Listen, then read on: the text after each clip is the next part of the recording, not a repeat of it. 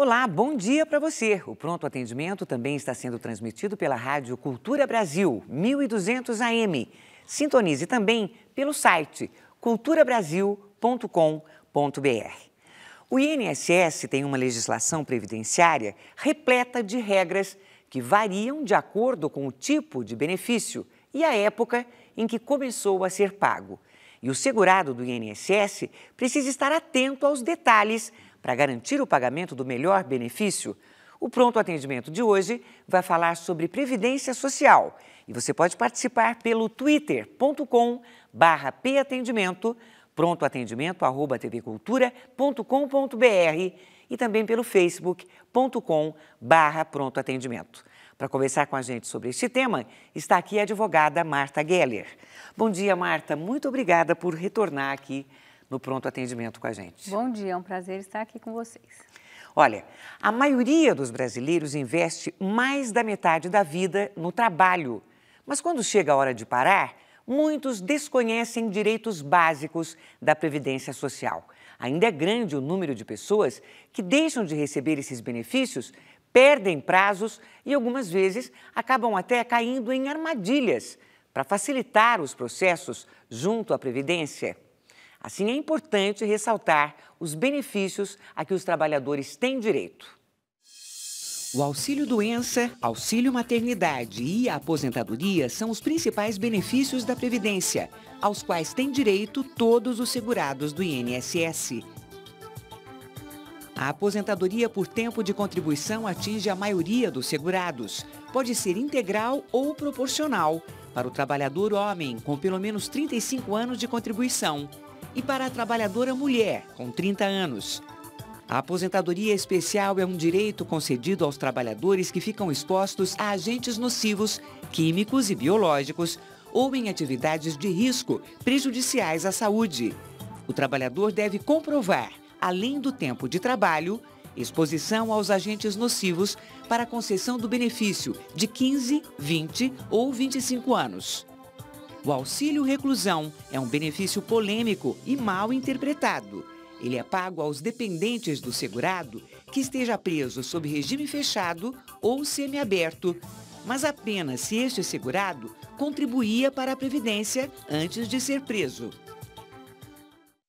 Marta, esse auxílio-reclusão é um exemplo que muitas vezes as pessoas têm uma informação incorreta, né? E isso acaba gerando uma interpretação errada, não é? Exatamente. Então, existe um preconceito, né? As pessoas acham que o INSS paga para o preso o benefício, mas não é. O preso que tem direito, não é nem o preso que tem direito, quem recebe o benefício é a família do preso. E para a família do preso receber esse benefício, esse preso ele tem que ser um trabalhador, ou ter sido um trabalhador e que está em período, dentro daquele período de graça que a gente chama. Então, ele ainda é um segurado da Previdência Social, ele foi recolhido à prisão e, por conta disso, a família ficou sem a renda proveniente do seu trabalho. E, por conta disso, a lei, o legislador entendeu por bem dar a essa família a possibilidade de receber esse benefício enquanto esse trabalhador estiver preso, recolhido à prisão. Mas o que a gente vê é que as pessoas entendem que não, que todo preso recebe, e é ele que recebe o benefício. Não, é a família do preso e o preso de baixa renda, porque para receber esse benefício, a família, esse trabalhador, ele tem que estar dentro daquela faixa de rendimento entre 1 e 2 salários mínimos.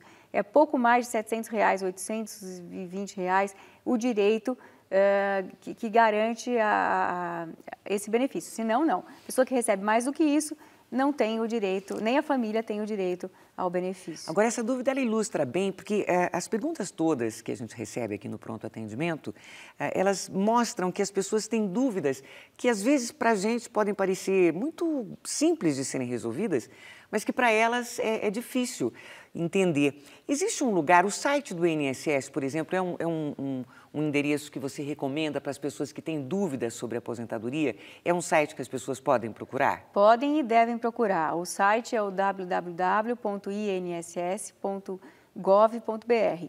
Lá você vai, se você procurar qualquer tipo de benefício, existe a informação de quando que ele é devido, quando que ele é pago. Então, assim, você deve confiar na informação oficial, né?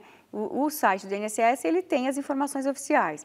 E você tem também a faixa de rendimento, por exemplo, no caso do auxílio reclusão, para quem ele é pago, né? Então, quando é veiculada uma matéria pela internet ou por e-mail, dizendo, olha, essas pessoas estão recebendo benefício, auxílio reclusão, por exemplo, que é o caso que a gente fica... mexe com a gente, né? Porque a família já está privada daquela renda do trabalhador. Então, você pode e deve ter acesso a essas informações pelo site oficial, que é o site do INSS. Olha, a Maria Aparecida França, ela conta, gostaria de saber, eu tenho um irmão de 53 anos que é deficiente mental. Meus pais são aposentados, meu pai tentou aposentar esse meu irmão por 3 vezes, pois ele tem gastos com remédios. Falaram que não é possível a aposentadoria, pois ele é dependente do meu pai, que já é aposentado, e minha mãe também é aposentada. Eu gostaria de saber se realmente não é possível conseguir aposentadoria para esse meu irmão. Pois é, na verdade, para o irmão dela que é deficiente, para ele conseguir a aposentadoria, só se ele pagou, ele trabalhou em algum momento da vida e depois, quando ele já não podia mais trabalhar, ele contribuía para a Previdência e ele preenche os requisitos de carência e idade para obter o benefício, né? Porque, ou por invalidez, se ele já tinha a doença, ele não vai conseguir se aposentar por invalidez porque a doença é pré-existente.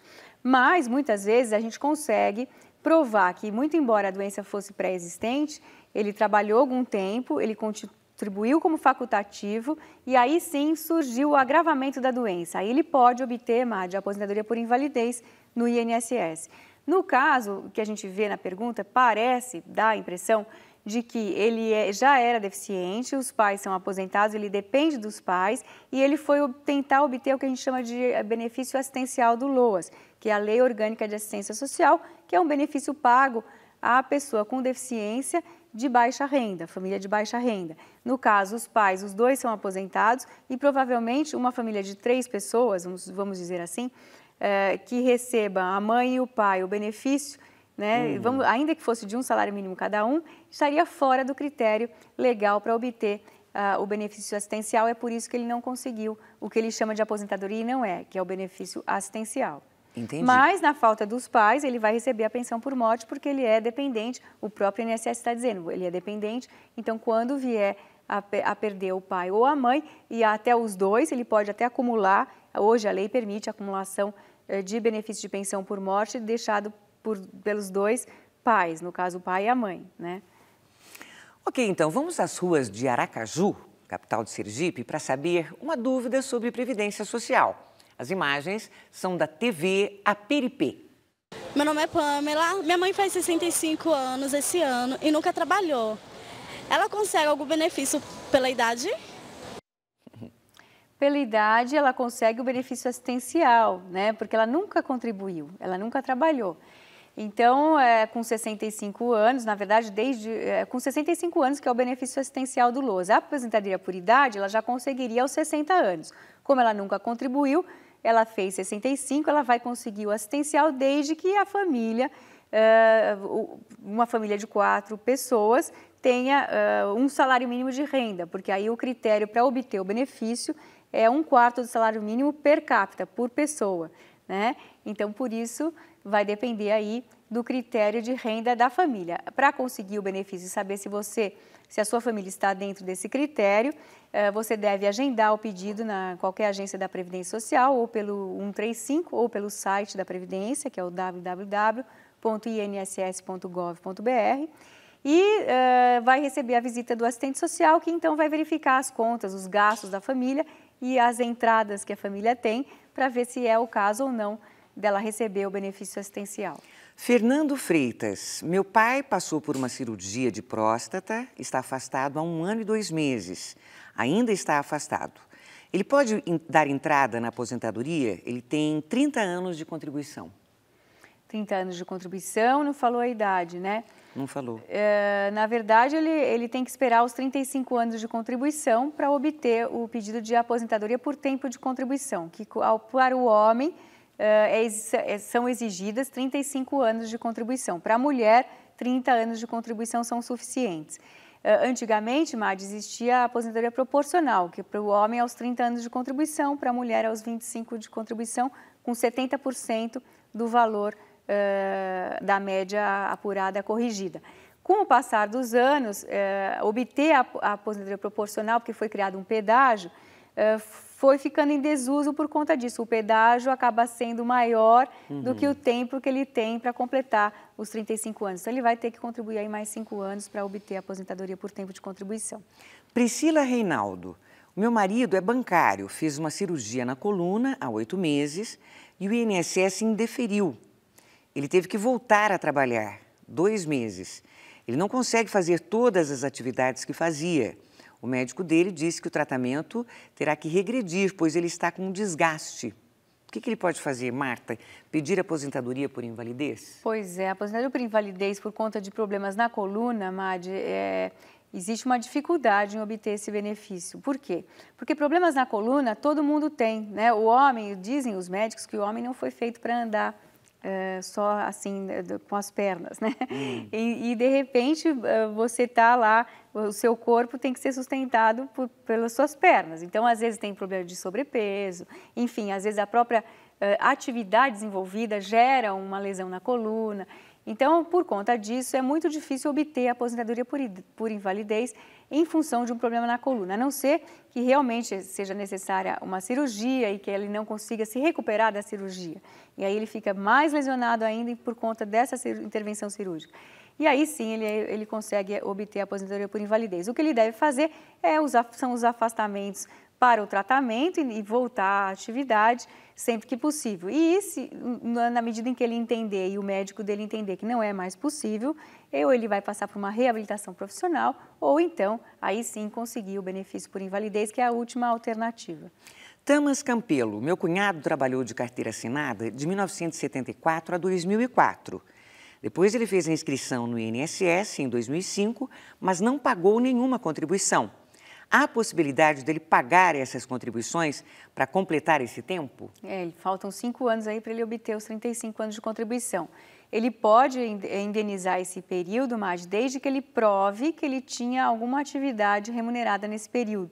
Então, os impostos, declarações de imposto de renda dele, se ele está pagando ISS porque prestava algum serviço e simplesmente deixou de fazer o recolhimento da contribuição. Então, se houve a entrada de dinheiro em contraprestação de um trabalho que ele exerceu nesse período, ele pode sim indenizar, ir a qualquer agência da Previdência ou até pelo site, que é o www.inss.gov.br, e fazer a simulação do valor dessas contribuições atrasadas.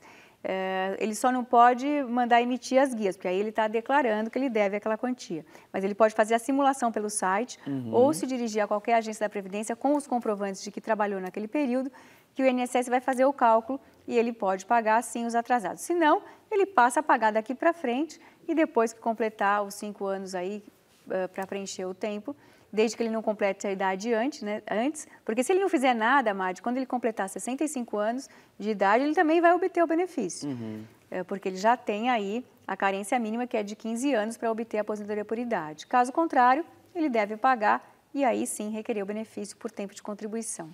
Yara Verderames escreve: a minha mãe está com artrose nos 2 joelhos e tem 56 anos. Será que ela consegue se aposentar? Pois é, isso quem vai dizer são os médicos do INSS. Se por um acaso a artrose é muito dolorida, ela é difícil de recuperar, enfim, ela pode até ter dificuldade de se locomover de casa para o trabalho. Então, em função de todo esse contexto, ela pode obter o benefício por invalidez. Deve agendar a perícia no INSS, levando laudos médicos que comprovem essa doença, inclusive laudos de exames de imagem, e aí, se ela não conseguir, ela pode se valer da justiça para obter esse afastamento por doença ou então até mesmo por invalidez. Muito bem, nós vamos agora para um rápido intervalo. Daqui a pouquinho a gente volta para falar sobre Previdência Social. Continue aí, até já. Nós estamos de volta com o Pronto Atendimento. O tema de hoje é Previdência Social e quem está respondendo as suas perguntas é a advogada Marta Geller. Bem, a Previdência Social gasta por mês mais de 20 bilhões de reais com o pagamento de benefícios do Instituto Nacional do Seguro Social. Mas tem muita gente que desconhece ou tem dúvidas sobre esses benefícios. Vamos ver mais alguns deles. O auxílio acidente é o benefício recebido pelo trabalhador que sofre um acidente e fica com sequelas que reduzem sua capacidade de trabalho. É concedido aos segurados que recebiam auxílio-doença. Tem direito o trabalhador empregado, o avulso e o segurado especial. Mas não recebem o benefício o empregado doméstico, o contribuinte individual e o facultativo. O salário maternidade é um direito garantido a todas as mulheres seguradas, trabalhadoras avulsas, empregadas domésticas, contribuintes individuais, facultativas e seguradas especiais por ocasião do parto. Inclusive nos casos de natimorto, aborto não criminoso, adoção ou guarda judicial para fins de adoção. E já há decisões judiciais em que ele é garantido também para o pai adotivo em relações homoafetivas. O salário família é garantido ao trabalhador que tenha uma renda mensal inferior ao valor definido pela Previdência Social. O salário família auxilia no sustento dos filhos de até 14 anos de idade ou inválidos de qualquer idade. Pode ainda ser pago à mãe e ao pai. Se os dois forem segurados, ambos podem receber. E para finalizar, um direito que fica para os descendentes é a pensão por morte, que muitas vezes garante a subsistência dos dependentes do segurado. Mas é necessário que o óbito tenha ocorrido enquanto o trabalhador tinha qualidade de segurado. Marta, o salário família ele é definido pela Previdência? É definido, é um valor que é veiculado anualmente e é um valor fixo que é pago a título de salário família. Na verdade, acaba dando para comprar uma lata de leite por mês. É mesmo? E ele é pago cumulativamente. Se o casal trabalhar, tanto o pai quanto a mãe recebem, os dois recebem o benefício. Olha, o Antônio Farias tem 45 anos e é de São Paulo. Ele escreve: eu trabalho na área de enfermagem, que é uma profissão insalubre. Com quantos anos de contribuição é possível me aposentar? Eu tenho direito à aposentadoria especial? A enfermagem, a área de saúde, ele está sujeito aos agentes biológicos, né? Às vezes até aos agentes físicos, quando trabalham com raio-x e tudo mais. Mas os agentes biológicos com certeza estão presentes para quem trabalha na área de enfermagem, né? Sangue, saliva, urina, fezes, enfim. A pessoa pode ter contato com esses tipos de agentes e vai ter contato durante toda a jornada de trabalho. Portanto, eles têm sim direito à aposentadoria após 25 anos de trabalho na mesma função, de forma não interrupta, né? E desde que comprove isso pelo meio do documento hábil. Qual é o documento que a pessoa precisa apresentar no INSS? Primeiro são a carteira de trabalho, os registros e a função, né, de enfermeiro, ou enfermeira, e o PPP, que é aquele documento, é o perfil profissiográfico profissional, que é um documento que é fornecido pelo empregador, que prova que a pessoa exercia essa jornada dentro de hospitais ou, enfim, em contato com pacientes, até em laboratório de análises clínicas. Esse tipo de PPP que é fornecido é um documento hábil para provar que a pessoa também tinha essa exposição, né? O técnico de laboratório também está sujeito aos mesmos agentes biológicos que o enfermeiro, por exemplo. Então, ele também vai obter esse benefício de aposentadoria especial após 25 anos de trabalho nessa mesma função. Ivonaldo tem 44 anos, é de Cantagalo. Ele conta: eu tenho 22 anos de contribuição, já estou há 8 anos pelo auxílio-doença. Eu posso pedir aposentadoria por invalidez? Ele está com 8 anos com auxílio-doença, quer dizer, não é comum você ver uma pessoa que está 8 anos afastado recebendo 91% daquilo que deveria receber, quer dizer, deveria receber 100%, porque a invalidez dá direito a 100% daquela média aritmética para chegar no cálculo do valor do benefício. Quando o auxílio-doença, a pessoa recebe só 91%. Ele está tendo um prejuízo aí, portanto, porque é muito pouco provável que ele vá se recuperar e retornar à atividade dele. Ele deve buscar o mais rápido que puder esse benefício na Justiça, entrando com a ação para concessão da aposentadoria por invalidez e do pedido de atrasados desse período todo, dessas diferenças entre a invalidez e a doença. Ele deve juntar toda a documentação que ele possui para provar que antes ele já estava inválido. O perito judicial vai fazer uma análise de todos os laudos dele para detectar qual é a data da invalidez, para fins também de pagamento dessa diferença entre o auxílio-doença e a invalidez. Ele tem um plus aí que ele tem que buscar. Aline escreve: o meu pai faleceu em fevereiro de 1991 e precisamos saber se a minha mãe tem direito ao reajuste. Também vem caindo o benefício dela, que era de 3 salários mínimos. Não tem como mudar isso? A pensão por morte. Na verdade, quando ele faleceu, em 91, a mãe passou a receber o benefício. E desde então está tendo o reajuste anual. Existia, sim, uma ação que era a isonomia na pensão, porque em 94 as pensionistas passaram a receber 100% daquilo que o trabalhador receberia se estivesse aposentado. Antes de 94, Mádia, a viúva não recebia 100%, recebia 50%, mais 10% para cada cota, para cada dependente deixado. Então, se fosse só a viúva, receberia só 60%. Então, por isso que ela pergunta, será que não tem mais nada a fazer além do reajuste anual? Tinha, mas infelizmente o Supremo Tribunal Federal, em 2004, julgou que as viúvas deve ser aplicada a elas a lei em vigor na data do óbito. E na data do óbito do pai dela, em 91, infelizmente o cálculo era assim e o Supremo pôs uma pá de cal na questão. Apesar de todos os tribunais regionais federais espalhados pelo Brasil estavam julgando a favor das viúvas pensionistas e a favor da isonomia, de tratá-las da mesma forma. Quer dizer, não importa o ano que o segurado, o trabalhador faleceu, o risco coberto é o mesmo, é o óbito, é a pensionista. Substituir a renda daquele trabalhador para pensionista. Infelizmente, o Supremo diz que não, que se aplica a lei em vigor na data do óbito, então ela só vai ter mesmo direito aos reajustes anuais. Olha, o Wagner Barros de Jesus, ele faz meio que um desabafo aqui em relação aos peritos, né? E nesse caso, em que apresentamos vários exames e documentos e o perito nem mesmo olha para a cara da gente, nem nos exames, e nos dá alta. Como fazer? O meu problema é cardiopatia. Como o médico pode saber se eu estou de alta se nem me examinou? Pois é, isso ele pode denunciar, ele deve denunciar, porque a perícia ela serve exatamente para o segurado ser examinado. Então, não basta apresentar o laudo médico, o médico perito, muitas vezes ele, com base naqueles laudos que o trabalhador leva, ele já faz ali a análise e já dá o tempo de afastamento necessário. Mas quando o trabalhador tem alta, ele fica revoltado porque ele entende que ele sequer foi examinado. Se ele leva um atestado, uma AD, dizendo que ele não pode trabalhar e o perito simplesmente dá alta sem realmente examinar aquele trabalhador, é evidente que ele tem que se indignar mesmo e ele pode, com a data e a agência em que o horário, o dia, o horário e a agência onde ele foi realizada essa perícia, fazer a denúncia no Conselho Regional de Medicina.